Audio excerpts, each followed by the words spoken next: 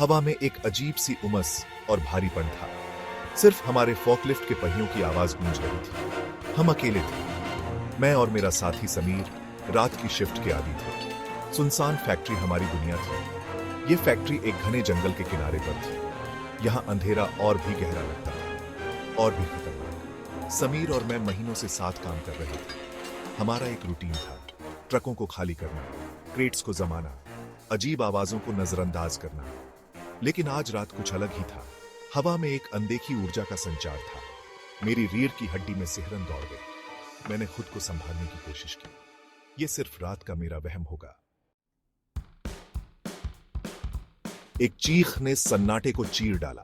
यह चीख इतनी जोरदार थी कि हमारे रोंगटे खड़े हो गए। चीख ऊंची और भयानक थी। ऐसा लगा जैसे किसी की जान पर बनाई हो, जैसे किसी को बहुत डर लगा हो। हम दोनों के दिल की धड़कनें तेज हो गई। मैं और समीर एक दूसरे को देखने लगे। हमारी आंखों में सवाल थे, लेकिन जवाब कोई नहीं था। यह किसी जानवर की आवाज नहीं थी, यह कुछ और ही था, कुछ बहुत ही भयानक। हम सावधानी से आवाज की तरफ बढ़े। हर कदम के साथ डर और भी बढ़ता जा रहा था। हमारे फोकलिफ्ट की हेडलाइट्स अंधेरे को चीरती हुई आगे बढ़ी। रोशनी ने हमें थोड़ी हिम्मत दी। उन्होंने आइजल 4 के आखिर में एक आकृति को रोशन किया।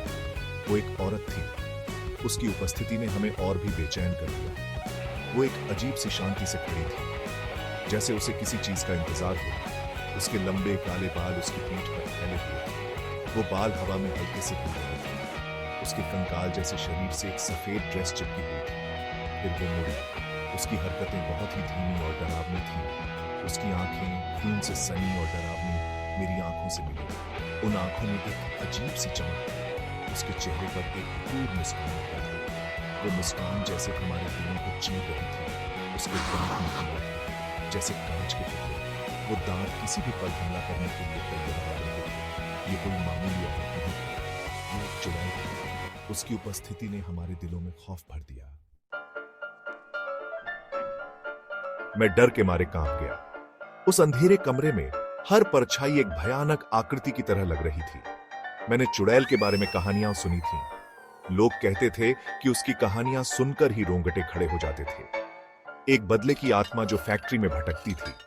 उस फैक्ट्री की हर दीवार पर उसकी मौजूदगी का एहसास होता था। कहते हैं कि वो उन मर्दों का शिकार करती थी जो रात में अकेले घूमते थे। उसकी परछाई हर कोने में दिखती थी। उसकी हंसी खाली जगह में गूंज उठी। वो हंसी इतनी डरावनी थी कि दिल की धड़कनें तेज हो जाती थी। हर ठंडी हंसी से मेरी रीढ़ की हड्डी में सिहरन दौड़ जाती थी। ऐसा लगता था जैसे कोई अदृश्य शक्ति हमें देख रही हो। समीर डर के मारे जम गया था। मुझे कुछ करना था। हमें उस भूतिया जगह से बाहर निकलना था। पत्थर हम पर बरसने लगे। ऐसा लगा जैसे कोई अदृश्य शक्ति हमें रोकने की कोशिश कर रही है।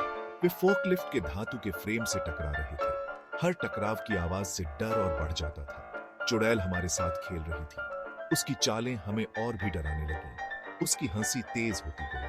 वो हंसी हमारे दिलों में खौफ पैदा कर रही थी और भी खतरनाक। हवा भारी होने लगी, घुटन पैदा करने लगी। ऐसा लगा जैसे हम किसी भयानक जाल में फंस गए हों। मैं उसके होने का एहसास अपने चारों ओर महसूस कर सकता था।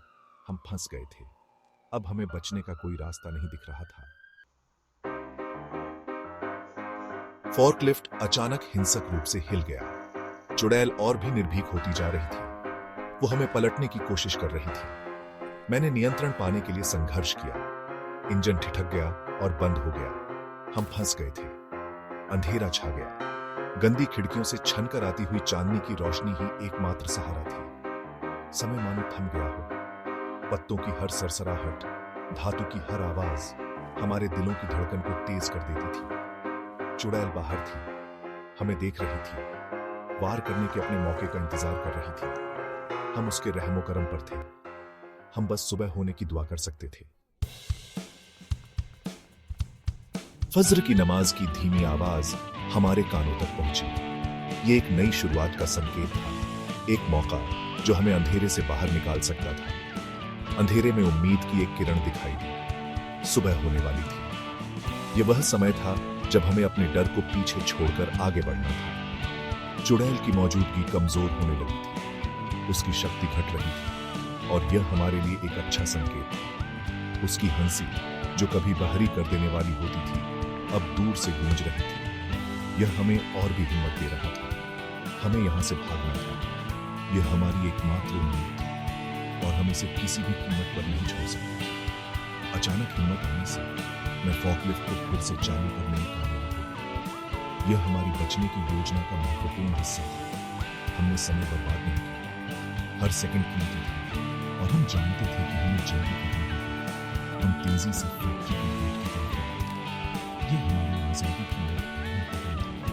जैसे ही हम सुबह की रोशनी में आए, मैंने पीछे मुड़कर देखा। यह एक ऐसा दृश्य था जिसे मैं कभी नहीं भूल सकता।